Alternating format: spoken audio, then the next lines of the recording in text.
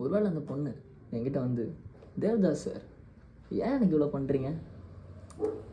ஏன் எனக்கு இவ்வளோ பண்ணீங்க அப்படின்னு கேட்டிருந்தா